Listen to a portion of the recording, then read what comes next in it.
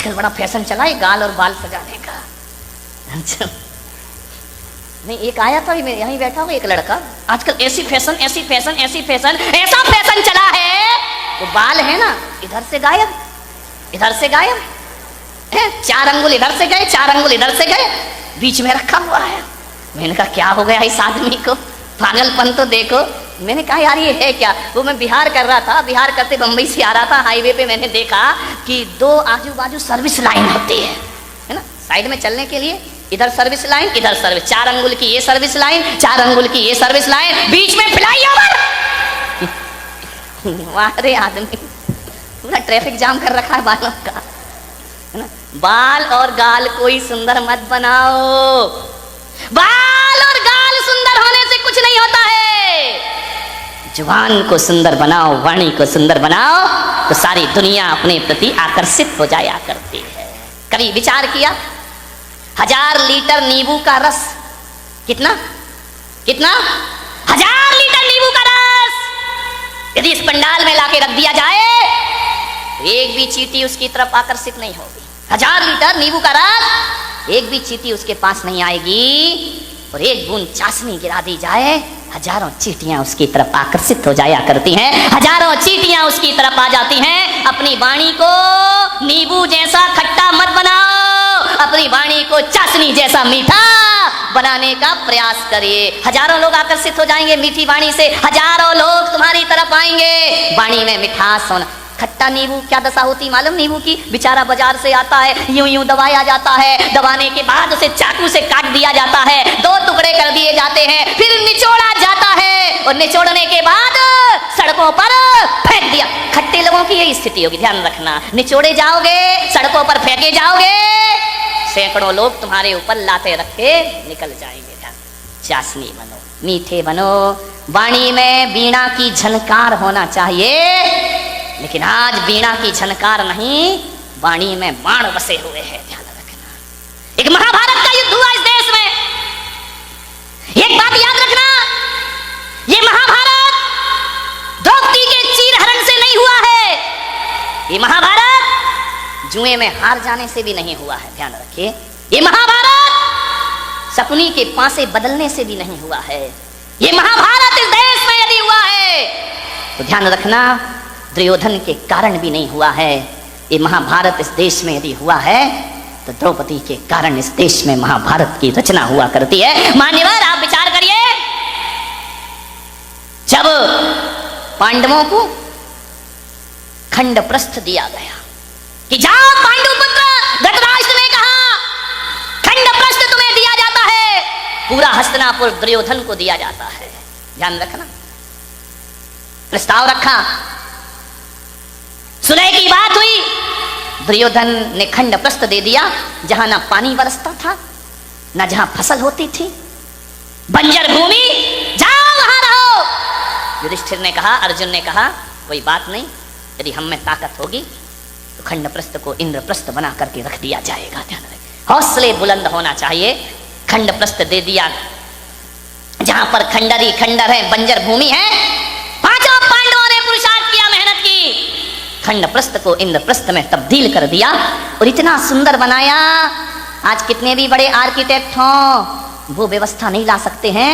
कैसे लोग थे, कैसी बुद्धि थी उनकी, बिना पढ़े लिखे भी इतना सब कुछ कर लिया करते थे। इतना सुंदर महल बनाया, पूरी दुनिया में चर्चा हुई कि युधिष्ठिर अर्जुन ने इतना सुंदर इंद्रप्रस्थ बनाया है, हजारों लोग देखने जा रहे हैं, बहुत खूबसूरत। दुर्योधन ने कहा कि मैं भी तो चल के देखूं। गया इंद्रप्रस्थ में, और जैसे ही इंद्रप्रस्थ पहुंचा दुर्योधन, इतना अद्भुत महल था, जो दिखता था वो होता नहीं था, और जो होता था वो दिखता।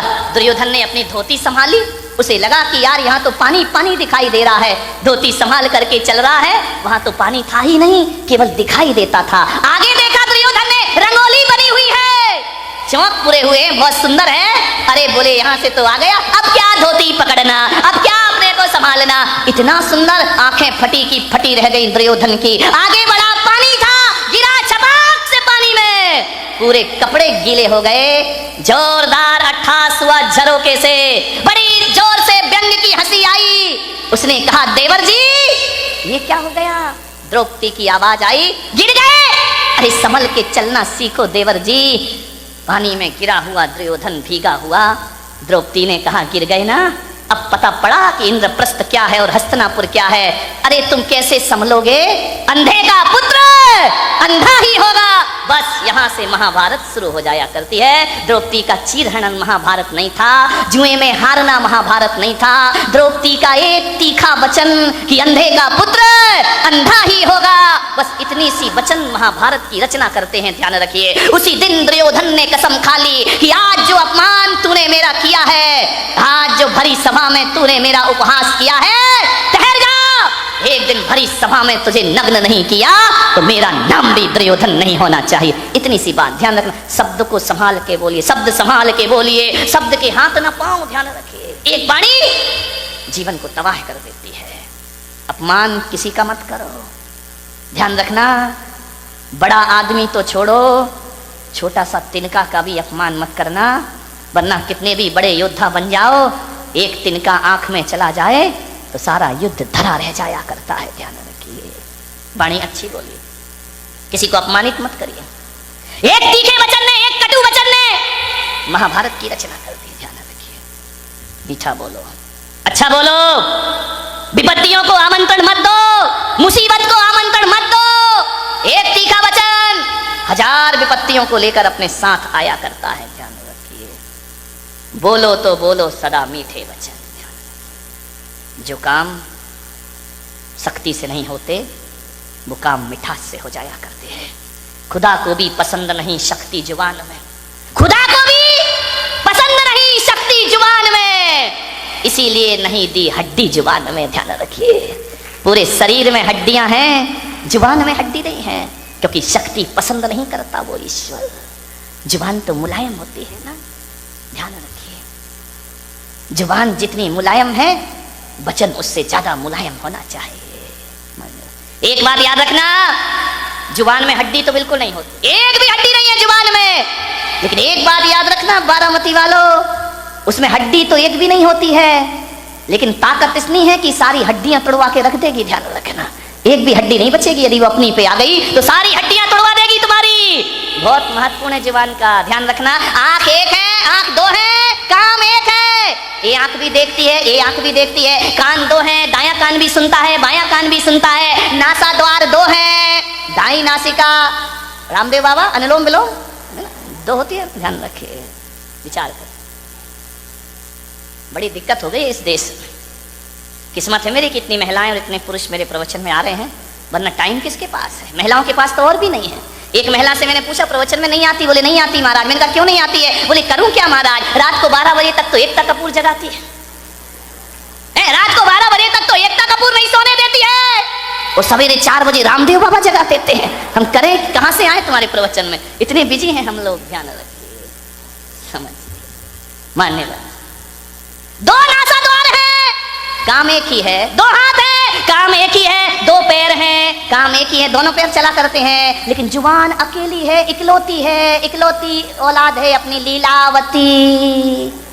साली लीला यही कराती है, यही रास लीला करा दे, यही राम लीला करा दे। लीलावती का सावधान, इस लीलावती से 2 अंगुल की जुबान 5 फीट के शरीर का सत्यानाश करा सकती है। ध्यान रखिए, ये जो लीलावती बैठी है ना, इस पे कंट्रोल रखो, कंट्रोल कंट्रोल। ध्यान रखिए, ये जो लीलावती है बहुत नटखट काम करती है, पूरे शरीर में अकेली है, इकलौती औलाद है इस मुंह की। लेकिन एक बात ध्यान रखना, ये जो लीलावती है ना, है तो अकेली, काम डबल करती है। ध्यान रखना, एक चखना और एक बकना। ध्यान रखिए, जो 2 हैं वो एक काम करते, जो अकेली है वो ये चखती भी है और मीठा खाना याद रहा पर मीठा बोलना भूल गए। ध्यान रखिए, एक तोता तीखा तीखा खाता है, मिर्च खाता है तोता, मीठा मीठा बोलता है, और हम मीठा मीठा खाते में बोल दो तीखा तीखा बोलते हैं हमें जुबान से। जुबान को संभाल के रखो, वाणी सुंदर बनाओ। एक कितनी भी सुंदर महिला हो, खूबसूरत महिला हो, आसमान से उतरी हुई परी हो, ध्यान रखना, आप सोचते हो ना कि थोड़ी सी लिपस्टिक से हम बड़े अट्रैक्टिव लगेंगे। नहीं नहीं, कौन बोला महाराज हमारे पीछे क्यों पड़े हो तुम? ध्यान दें, लिपस्टिक लगा के आप सोचते कि हम सुंदर हो गए हैं। मैं आपसे निवेदन करता हूं, ओंठ कितने भी सुंदर बना लो, कितने भी लिपस्टिक लगा लो, कितने भी पतले ओंठ हो जाएं तुम्हारे, कितने भी गुलाबी ओंठ हो जाएं, लेकिन वाणी कड़वी हो तो बताइए आपका सौंदर्य कितनी देर टिकने वाला है? ओंठों का सौंदर्य ज्यादा नहीं टिका करता है। मुझे तो समझ नहीं आता है, ये महिलाएं लिपस्टिक लगा के अपने को सुंदर समझती हैं, आदमी तो लिपस्टिक नहीं लगाता ना। नहीं, बारामती का मुझे पता, लगाते हो क्या? नहीं लगाते ना। एक बात बताओ, ये सोचती है लिपस्टिक से सुंदरता बढ़ती है, तो लिपस्टिक लगा के सुंदर दिखने वाली देवी हो, बिना लिपस्टिक वाले पे क्यों मरती हो? फैसला करो, फैसला। ये तो लिपस्टिक जान इन पे देती है लोग, ध्यान रखिए। इसका मतलब है लिपस्टिक कितनी भी अच्छी हो, चेहरे की सुंदरता कितनी देर की? आधे घंटे। एक बात बताओ, एक सुंदर चेहरे को एक बार देखोगे, 2 बार देखोगे, 3 बार देखोगे, बार बार देखोगे, उस चेहरे से भी जी भर जाएगा। ध्यान रखिए, ध्यान रखना। ज्यादा सुंदर चेहरा कितने दिन अच्छा लगेगा? 1 साल, 2 साल। कितनी भी सुंदर पत्नी ले आओ बेटा, साल भर बाद तो वही हालत है कि वो बड़बड़ा रही है, अपन चुपचाप सुन रहे हैं बैठ करके।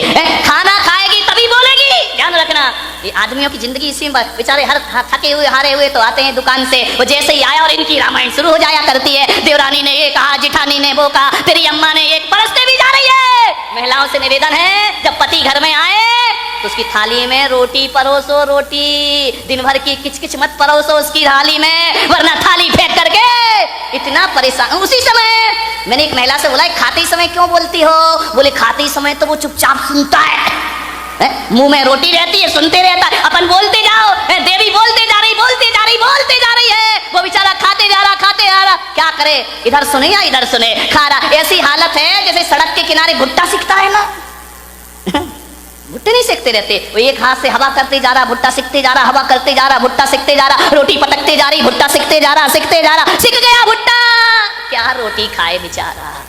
ध्यान रखो, खाते समय तो कहा है कुत्ते को भी परेशान, ये तो फिर क्या बोली, इतनी तेज है बारामती की महिलाएं, इतनी तेज, इतनी तेज, इतनी तेज कि एक दिन 2 पति पत्नी बाजार गए, पति ने पत्नी से कहा, तू कहे फैशन है, तू कहे तो एक कुत्ता खरीद ले। पत्नी ने ऊपर से नीचे तक देखा, बोले क्या जरूरत है? बोले जब से तुम मिले हो। कौन बोला हर तमन्ना पूरी हो गई मेरी? ध्यान रखिए। मान एक बच्चा रो रहा था, बहुत जोरों से रो रहा था। पत्नी ने कहा देख भी नहीं सकते हो, बच्चा रो रहा है, मैं खाना बना रही हूँ। तो बोले पहले सुन तो ले, काय के लिए रो रहा है? अरे बोले जो भी रो रहा कर दो पूरा। बोले नहीं पहले सुन। बोले क्या? ये रो रहा है कि मुझे गधे पे बैठना है। तो पत्नी ने कहा कंधे पे बिठा के 3 चक्कर नहीं लगा सकते क्या? कुछ लोगों को घर जाके समझ में आएगा, ध्यान रखिए। एक बार यही दुर्घटना घट गई। एक बच्चे ने पूछा अपनी मम्मी से कि मम्मी एल्बम देख रहा था शादी का। बोले पापा घोड़े पे बैठ के आ रहे हैं। बोले हाँ। बोले मम्मी एक बात बताओ, ये शादी में दूल्हा घोड़ी पर बैठ कर ही क्यों आता है, गधे पे बैठ के क्यों नहीं आता है? बोले बेटा एक गधा दूसरे गधे पे नहीं बैठ सकता है। ध्यान रखिए, मीठा बहुत मीठा बोली जिंदगी में, मीठी बाड़ी बोलिए। विचार करना है आपको, वाणी में मिठास भरो। लिपस्टिक से जीवन सुंदर नहीं होता है। लिपस्टिक की सुंदरता 1 दिन, 2 दिन, 3 दिन, साल भर बाद वो चेहरा बेकार लगने लगता है। ध्यान रखना। लेकिन वाणी मीठी हुई ना तो मिलते समय भी अच्छा लगता है, और बिछड़ जाओ तो मीठी वाणी की याद जब जब आती है तब तक सुख की अनुभूतियां प्रारंभ हो जाया करती हैं। मीठी वाणी तो वो होती है बिछड़ने के बाद भी आदमी को याद रहा करती है। ध्यान रखिए। मैंने बारामती में भी ज्यादा घूमा नहीं हूं, उधर गया था पीछे एक दिन, इतने सुंदर मकान। मैंने कहा क्या गजब कर रही है भाई, मैं तो आया था गांव समझ के, लेकिन ये तो शहरों को भी पीछे कर रहा है।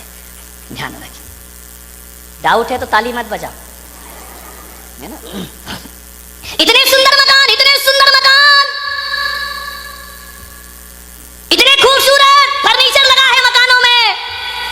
विदेशी टाइल लगे हुए हैं, ध्यान रखना।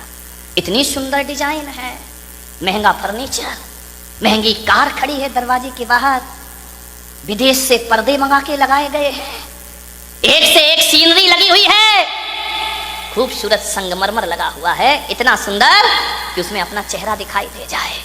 एक बात बताओ मेरे भाई, जिसका बहुत महंगा मकान हो, बहुत सुंदर फर्नीचर लगा हो, बहुत अच्छा सोफा सेट हो, डाइनिंग सेट बहुत सुंदर हो, ड्रेसिंग टेबल बहुत सुंदर हो, अलमारियां बहुत सुंदर हो, एक बात बताना, और कोई उस घर में जाए, बस सब कुछ सुंदर हो, आपकी देखकर आंखें फटी की फटी रह जाएं, कितना सुंदर मकान है, लेकिन एक बात बताइए, सब कुछ सुंदर हो लेकिन उसमें रहने वाले को बोलने का तमीज ना हो, वो बदतमीजी से बात करता हो, एक गिलास पानी भी ना पिलाता हो, और तुम गए और उसने इतना भी नहीं कहा कि भाई साहब आइए बैठिए, तो बताइए उस मकान की सुंदरता याद रहेगी आपको जाने के बाद, या उस आदमी का व्यवहार याद रहेगा आपको जाने के बाद? ध्यान रखिए, आप उस घर से निकल के जाएंगे, जिस मकान को बहुत सुंदर कह रहे थे वो मकान डिलीट हो जाएगा, और आदमी की बोली और व्यवहार जिंदगी भर याद रहेगा। और एक बात मैं आपसे कहता हूं, एक का मकान तो बहुत सुंदर नहीं है, बहुत कीमती मकान नहीं है, साधारण से फ्लैट में रहता है, लेकिन जैसे ही तुम जाते हो बड़े आदर से बोलता है, बड़े अदब से बात करता है, आइए भाई साहब बैठिए, ठंडा लेंगे या गरम लेंगे, आप क्या लेना चाहते, मीठा लेंगे नमकीन? अरे नहीं नहीं कुछ, अरे भाई साहब आए हो कुछ तो लेकर जाना पड़ेगा, ऐसा नहीं हो सकता, हमारे यहाँ कब कब पधारते हो, आपको जरूर कुछ लेना होगा, आपको भूख भी नहीं है तो भी उसके व्यवहार और मिठास के कारण आपको खाना पड़ेगा। आप एक बात बताइए मेरे भाई, जब आप घर चले जाओगे वो सुंदर मकान याद करोगे या उसका दुर्व्यवहार याद करोगे? और घर जाओगे तो घटिया मकान याद करोगे, आदमी का व्यवहार याद करोगे? ध्यान रखिए, सुंदर मकानों को याद नहीं किया जाता है, सुंदर वाणी और व्यवहार को